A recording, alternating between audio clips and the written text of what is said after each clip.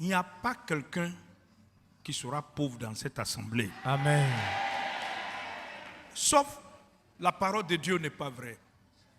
Mais si la parole est vraie, la pauvreté est terminée au milieu de nous. Amen. Écoute-moi bien. Cet livre, c'est un livre d'alliance. C'est alliance. Une seule personne ne tisse pas alliance. C'est deux personnes qui font alliance. C'est toi, tu as parti au Somalie pour aller offrir lui mouton. C'est pourquoi vous deux deviennent partenaires. Ça, c'est pas vrai, ça. Et c'est Dieu qui a pris son fils. Il a offert ça à toi. Et puis vous deux deviennent partenaires. Amen. Qui a bien compris ce que Dieu dit? Amen. So, si ça marche, c'est Soumalé, ça va marcher, c'est toi. Amen. Si Soumalé te fatigue avec Marie-Esprit, femme-esprit, jusqu'à maintenant, le sang de Jésus est plus puissant que ça. Amen. Qui a bien compris ce que Dieu dit? Si tu vois, Dieu dit, s'il y a malédiction hérédité, il y a bénédiction héréditaire. Il n'y a pas quelque chose seul, il y a toujours l'opposé. La sagesse qui vient d'en haut est supérieure à la sagesse qui vient d'ici. Ça, c'est pas vrai, ça? Ouais. So, il y a quelque chose. Si le Christ est la sagesse de Dieu qui vient d'en haut, est la puissance de Dieu, ça veut dire que si je opère cette sagesse qui vient d'en haut, je dois réussir au-delà de ceux qui sont ici. Ça, c'est pas vrai, ça? Vrai. So, la première chose qu'on a fait dans cette assemblée des aigles, parce que l'aigle s'envole en haut. Information des aigles, c'est où? En haut. Même quand l'aigle fait quelque chose, il ne reste pas dans les territoires en bas ici. Quand il trappe sa bête, il va où? En haut. Je veux que tu comprennes très bien. C'est pourquoi cette assemblée a l'image de l'aigle. Il va en haut, il opère d'en haut. Ça veut dire qu'il est unique. Tout le monde dit qu'il est unique. Il est unique. Tu as vu, il est unique parmi tous les oiseaux que Dieu a créés. Et j'ai remarqué quelque chose. Ceux qui ont le symbole des aigles, ils ont toujours au-dessus. Si tu demandes les Américains, ils sont fiers d'être Américains. Même si tu dis qu'ils mangent trop, ils sont gros, ils sont fous. C'est-à-dire ils sont uniques à leurs trucs. Même quand ils parlent, ils disent the world champion. Ils ne sont pas des world, mais ils réclament qu'ils sont les plus grands. Qui a bien compris ce que Dieu dit? Ça veut dire qu'ils sentent sa supériorité. Je vais vous ouvrir vos esprits pour que vous compreniez. Entre lion et éléphant, qui est plus gros? Éléphant. Hein? Éléphant. Entre girafe, vous connaissez girafe? Elles sont longues. Et lion, qui est plus gros? Girafe. Ouvre ta bouche bien. C'est la girafe. Entre, vous connaissez hippopotamos? Hippopotame. Hippopotame, voilà. Entre hippopotamos, gros, vert, avec lion, qui est plus gros? Hippopotame. Ok. Si tu déposes lion, hippopotamos ou lion et éléphant va fuir des lions. Vrai. Ça, c'est pas vrai, ça? Vrai. Maintenant, pourquoi il n'est pas prendre son gros truc pour l'attaquer? Qu'est-ce qui est un lion qui le fait fuir? Si tu as gagné ça, I'll give you a prize. Il y a quelque chose il y a une manière que les lions intimident et tous. Ça c'est pas vrai, ça. Il y a une manière que l'aigle intimide tous les oiseaux. Écris ça et puis cherchez ça. Parce que si tu découvres ça, tu vas voir pourquoi Dieu a dit que Jésus est le lion des tribus de Juda. Ça veut dire qu'il n'y a pas une bête qui peut discuter devant lui. Qui a bien compris ce que Dieu dit? Mais il y a beaucoup de bêtes qui sont plus gros que lui. En réellement, quand tu regardes l'éléphant et le lion, l'éléphant doit détruire le lion parce que son pied seulement quand il fait comme ça, waouh! Mais si le lion fait comme ça, l'éléphant va faire comme ça. Méditez, réfléchis. C'est pourquoi quand Dieu utilise une image dans la parole, il veut dire quelque chose à vous. Mais vous ne prenez pas le temps pour méditer, pour réfléchir, pour approfondir ça. Mais dans cette assemblée, la sagesse qu'il faut, Dieu va descendre ça sur ta vie. Amen. Je veux que tu comprennes cette vérité. La sagesse qui vient d'en haut, qui produit quoi? La bénédiction de Dieu. Et pendant ce moment, tu as fait des découvertes que un chrétien que Dieu a béni ne prie pas pour matériel. Ça, n'est pas oublier ça. Les chrétiens que Dieu a béni doivent prier pour la bénédiction. Bénis-moi. Ça veut dire qu'un chrétien que Dieu a béni ne demande pas de pain. Il obtient le boulangerie. À chaque fois qu'il a besoin de pain, il tourne à la boulangerie. Rappelez que chaque matin, il faut déjeuner. Ça, c'est pas vrai ça. Ouais. Chaque jour que tu vis sur cette terre, tu as un besoin. Et la personne qui peut te fournir ce besoin, il faut le prendre. Ne demande pas le besoin. Un chrétien, je répète, prie pour l'instruction et la direction de Dieu. Un vrai chrétien est guidé par Dieu. Vous savez comment Dieu a répandu son esprit sur Jésus de Nazareth. Jésus est passé partout, il fait le bien. Il guérit tous ceux qui étaient prisonniers de l'esprit du mal parce que Dieu avec lui. Dieu avec Joseph. Dieu avec Daniel. Dieu avec Jacob. Dieu avec tous ceux qui ont passé avant. Dieu était avec eux. Et c'est Dieu qui les fait réussir. Ça, c'est pas vrai ça. C'est pas, il ne demande pas à Dieu, donne-moi l'argent. L'argent même le poursuit. L'aigle de Dieu, est-ce que tu as saisi pendant la séminaire? On a fait une découverte quelque chose. Que la vraie prospérité, ça appartient à qui? À Dieu. Ouvre ta bouche, la vraie prospérité c'est qui? À Dieu. La vraie prospérité c'est qui? Dieu. C'est quand Dieu est avec toi que tu prospères. Ni seulement que tu prospères, mais ta vie devient une source qui bénit la vie des autres. Et selon le contrat que Dieu a signé avec Abraham, Dieu lui a dit, par toi, je bénis toute la terre. Ça, c'est pas vrai ça. So, pendant ce temps, on demande que Dieu nous donne de la sagesse qui vient d'en haut. Pour qu'on découvre Dieu, on connaît réellement. Qui veut découvrir Dieu et connaît lui réellement? Si tu ne découvres pas lui, tu ne connais pas lui réellement, il ne peut pas te fournir la matière. La matière que tu pries pour lui là, c'est perte de temps.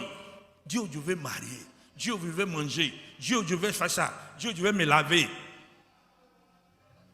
Ça ne peut pas marcher. C'est ça que le païen cherche.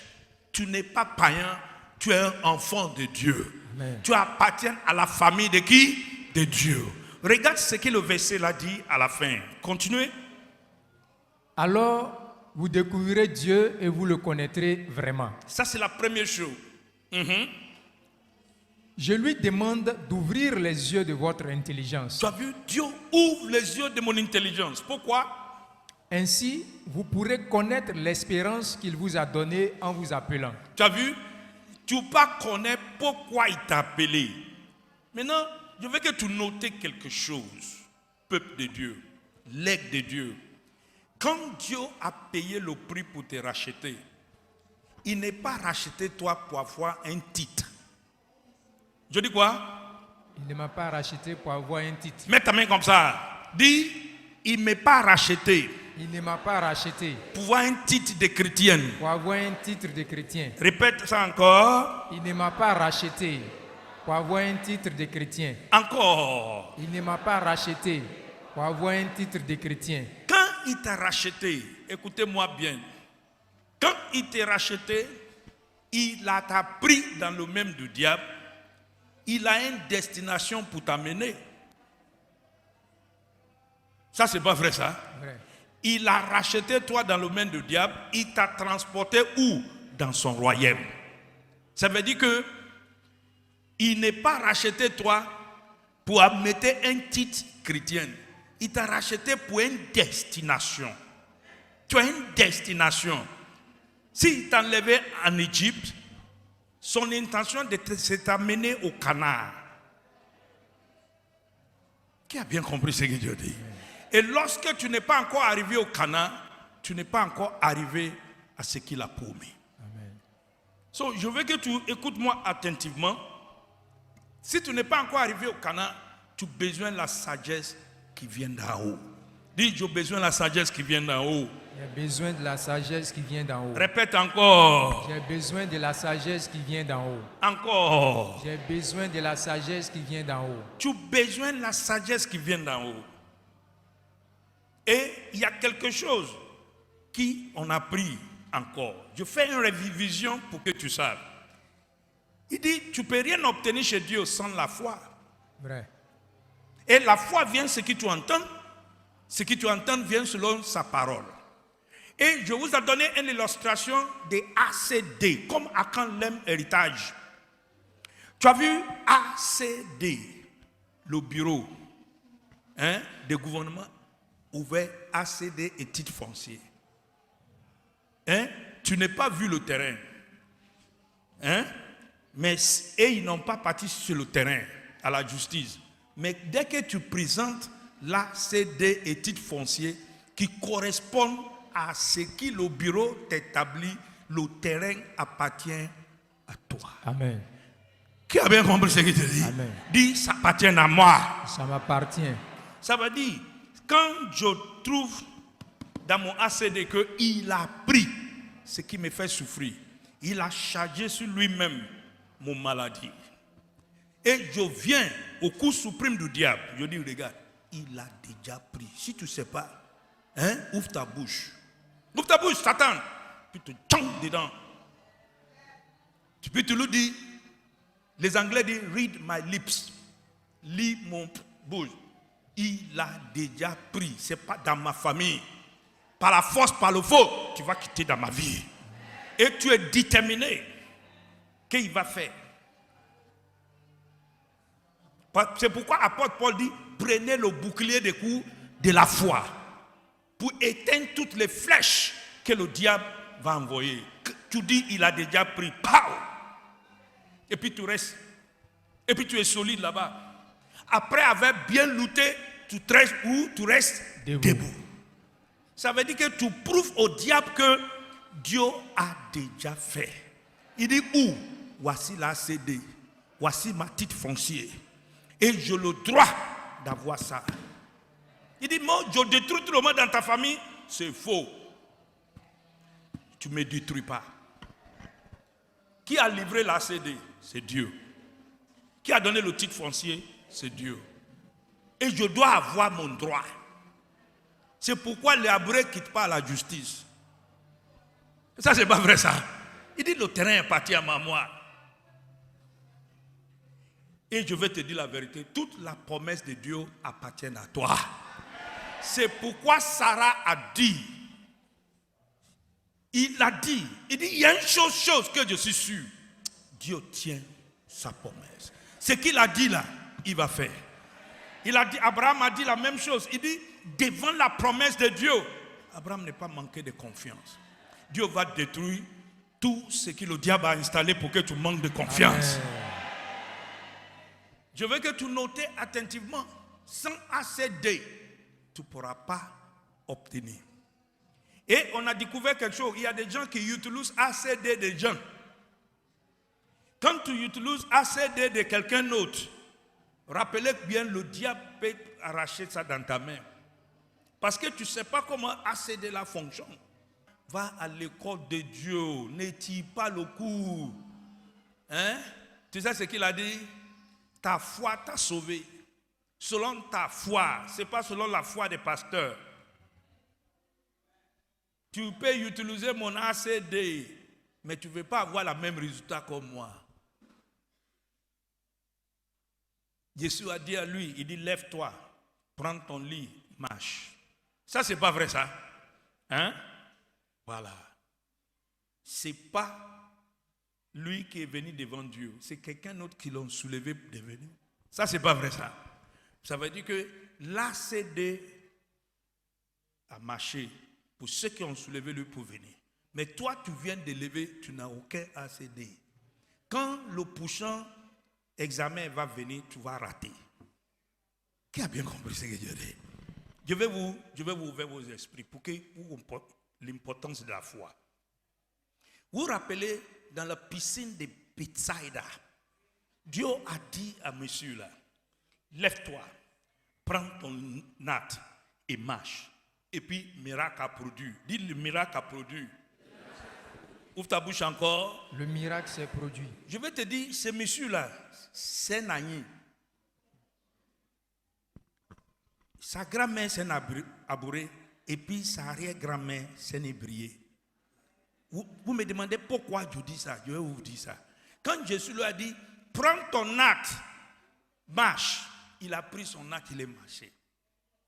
Les pharisiens ont vu lui. On dit aujourd'hui c'est le jour de sabbat. Qui t'a dit de prendre ton acte? Il dit, mais c'est lui qui m'a guéri. Qui? C'est nous qui a mis toi en prison ici pendant des années. Pourquoi tu as marié ton lit? Il dit, je ne le connais pas. Ah, tu ne le connais pas. Et puis la personne, il dit, attends, je vais t'expliquer. Tu es un idiote. Est-ce que tu sais que paralysé que tu as, c'est comme ça Dieu veut que tu aies toute ta vie? Est-ce que tu sais que ici, là, c'est nous qui est Dieu? Est-ce que tu sais que ce que nous on dit ici, c'est ça le final? Et puis il s'assoit là-bas. Mets ta main comme ça. Je mens. Tu as vu que c'est à quand? Les pharisiens lui disent, c'est nous ton parent. Je suis ton cousin. Jésus qui t'a libéré là, il ne connaît rien. Est-ce que je vais te dire quelque chose? Qui t'a dit que Jésus t'a libéré? Jésus là, on lui recherche chez lui au village. Qui t'a dit qu'il faut prier la nuit? La nuit, il fait pour dormir. Ton mari va te divorcer. Mon mari va divorcer. D'accord. Après, il y a fibrome. Fibrome n'est pas divorcé, lui. Maladie n'est pas divorcée, lui. Qui est en train d'écouter moi bien? Si tu es en train de m'écouter bien, ne pas, je ne raconte pas. Tu as vu que c'est un nacan? C'est un nacan. Et puis on lui a demandé, qui t'a dit ça, de prendre ton acte? Pourquoi?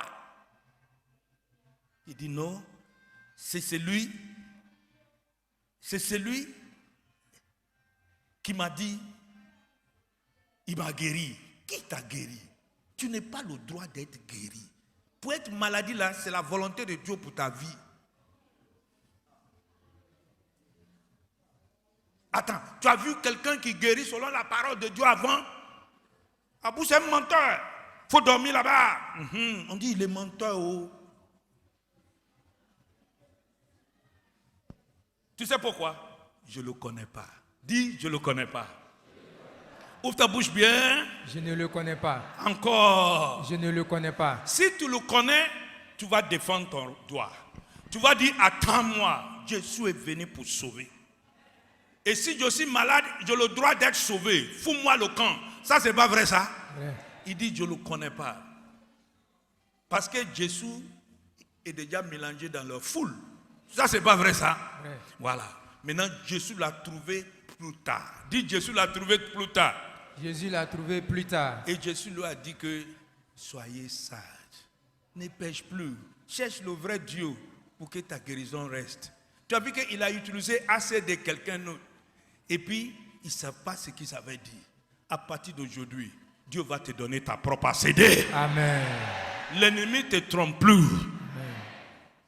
Je veux que tu saisisses cette vérité et aggraver ça au fond de ton cœur. Un chrétien doit vivre selon sa foi. Un chrétien doit avoir la foi auprès de Dieu et tu dois vivre selon ta foi. Dis, je dois vivre selon ma foi. Je dois vivre selon ma foi. Ouvre ta bouche encore. Je dois vivre selon ma foi. Et pour que tu aies la foi, il faut venir dans une assemblée comme ça. La foi vient selon ce que tu entends. Ce que tu entends vient selon ce que Dieu dit dans cette parole. Qui a bien compris ce que Dieu dit? Amen.